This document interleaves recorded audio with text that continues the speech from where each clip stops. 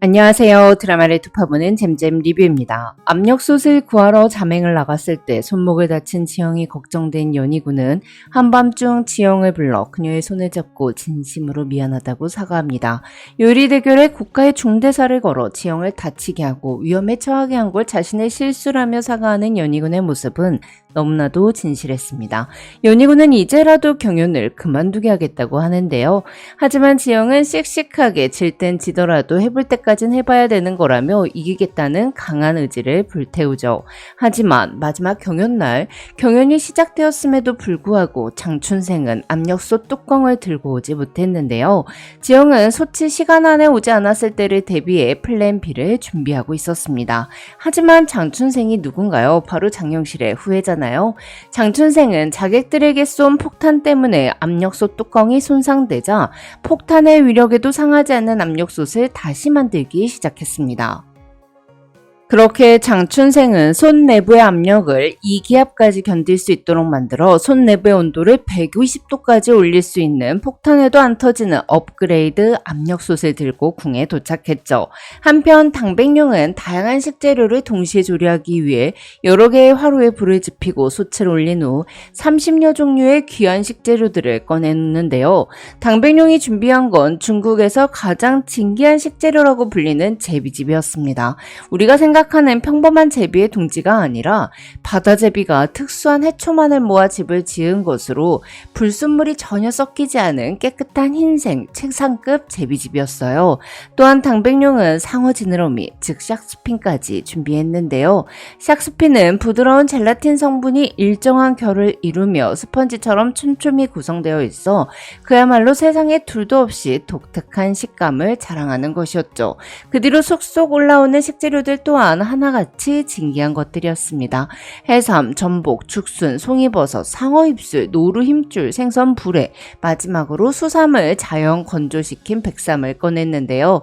당백룡이 만든 요리는 불도장의 뿔이라고 할 수 있는 노화정탕이라는 국물 요리로 증기의 미약한 열로 오랫동안 뭉근히 달여내어 진귀한 식재료의 맛을 온전히 살려냈어요. 한편 지영은 오골계와는 달리 모든 것이 검은 오개를 준비해 내장을 비워낸 뱃속에 찹쌀, 대추, 밤, 황기, 통마늘을 넣고 마지막으로 6년근 홍삼을 넣었습니다. 그리고 온갖 개고생을 해가며 천신만고 끝에 만들어 온 장춘생표 특제 압력솥에 오개를 넣고 따로 우려낸 닭발 육수를 부어 넣습니다. 그리고 뚜껑을 닫은 뒤 빗장을 걸어 잠그며 내부를 철저히 밀폐시키고 솥을 가열해 내부의 압력을 끌어올렸죠. 압력솥이 뜨겁게 달아오르면서 그 안에서 부글부글 국물 끓어오르는 소리가 나기 시작했고 동시에 슉슉거리는 기묘한 소리가 경회로 가득 울려 퍼졌습니다. 한참을 소란스레 들썩이던 압력솥의 무게추가 마침내 불쑥 솟아올랐고 압력솥은 한 줄기 하얀 김을 내뿜으며 삐 소리를 냈죠. 춘생의 항동 압력솥이 2기압의 압력을 거뜬하게 버텨낸 것인데요. 그렇게 압력솥 안에서 한약 다리듯 푹 고아진 오개는 뼛속까지 푹 삶아졌습니다. 이후 지영은 활용 점정으로 트러플 한 덩이를 꺼냅니다. 장춘생이 압력솥을 만드는 동안 연희군과 지영은 산에서 트러플을 캐고 있었던 건데요. 그렇게 압력솥으로 잊힌 트러플 홍삼 5개 삼계탕이 완성됐죠. 세 번째 경연은 당백룡의 요리를 먼저 시식하게 됐는데요. 연희군은 노화정탕의 국물과 함께 반투명한 젤리 같은 물질을 함께 떠 입안에 살짝 넣었습니다. 그리고 그 맛과 향을 느끼기 위해 입안에서 두어 번 굴리는 순간 그의 눈이 커지며 동공이 수축하고 온몸의 핏줄이 곤두서죠. 제비즙을 먹으면 마치 바닷바람을 맞으며 날아가는 한 마리의 바다제비가 되어 해초로 둥지를 짓는 듯한 느낌이 들었고 샥스핀을 먹으면 깊은 대양의 심해를 헤엄쳐 나가는 호쾌하고 강렬한 상어가 된 느낌이었거든요. 그 밖에도 수많은 진귀한 재료의 맛과 향 하나하나가 연희군의 혓바닥을 어루만지고 지나갔고 마지막으로 쌉쌀하면서도 고급스럽게 은은한 풍미를 내는 조선 인삼이 느껴졌습니다. 한편 우고는 익히 당백룡이 만든 노화정탕을 맛본 적이 있기에 미각의 폭풍에서 쉽사리 헤어나오지 못하는 연희군을 보며 우월감 가득한 미소를 짓는데요. 조선의 궁왕이 궁벽한 조선땅에서는 결코 맛볼 수 없는 천상의 맛을 통해 넘을 수 없는 만리장성의 벽을 느끼고 좌절하길 바랬어요. 또한 지영이 만든 삼계탕을 흔한 닭백숙에 불과하다고 생각했습니다. 하지만 닭고기는 별 힘을 주지도 않았는데 뼈와 살이 분리됐고 살코기는 씹을 필요도 없이 녹아내렸으며 걸쭉한 육수는 혀에 착 달라붙어 감기듯 진한 감칠맛을 냈죠. 뭐니뭐니 해도 주인공은 바로 홍삼이었는데요. 지영이 처음 삼계탕 요리를 시작할 때 넣었던 것은 분명 6년근 홍삼이었어요. 홍삼이란 인삼을 찌고 말리기를 반복하여 그 진액이 농축되어 붉은색으로 변한 것을 말하는데요. 그 중에서도 최상급으로 치는 것은 9번 찌고 말려 그 색깔이 검게 변한 흑삼이었습니다. 그런데 지영이 넣은 6년근 홍삼이 압력솥 내부 고온고압의 환경에서 농축되어 최상급으로 치는 흑삼으로 변해 있었죠. 우고는 압력솥으로 조리된 옥의 국물과 트러플, 흑삼이 어우러진 절묘한 맛을 만끽하며 무한한 우주를 유영했습니다. 거기다가 우고는 지영의 요리를 먹자마자 힘이 용솟음치는 느낌을 받습니다. 당연히 흑삼에는 진세노사이드가 일반 인삼보다 최대 20배나 더 많이 농축되어 있었거든요.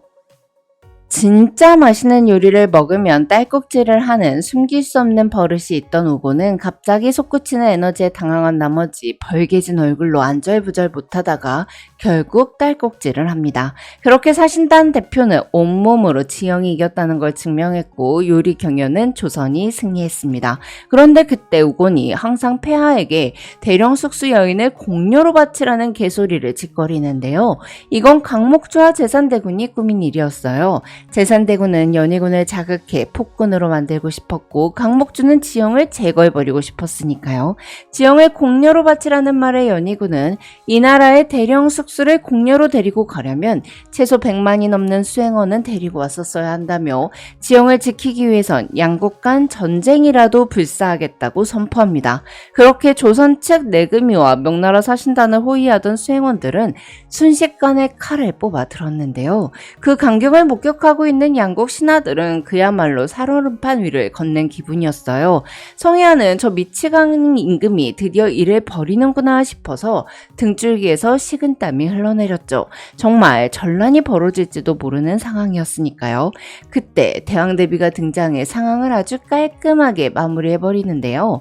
대왕대비는 명나라 사신 오곤을 향해 유창한 중국어로 대국의 칙사 자격으로 온 사신이 하찮은 물건에 집착하여 큰 뜻을 잃은 모습을 황상께서도 알고 계시냐고 묻습니다. 갑자기 튀어나온 대왕대비의 돌직구에 우고는 당황하지 않을 수 없었는데요.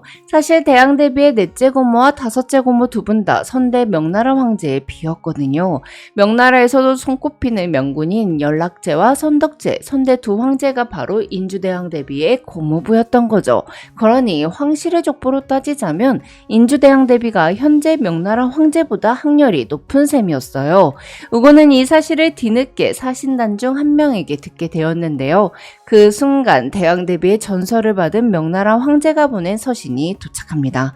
황제는 황간 세력의 부패를 규탄하는 상소가 빗발치는 시국에 외교 문제까지 만든 우곤을 벌하기로 결정했습니다.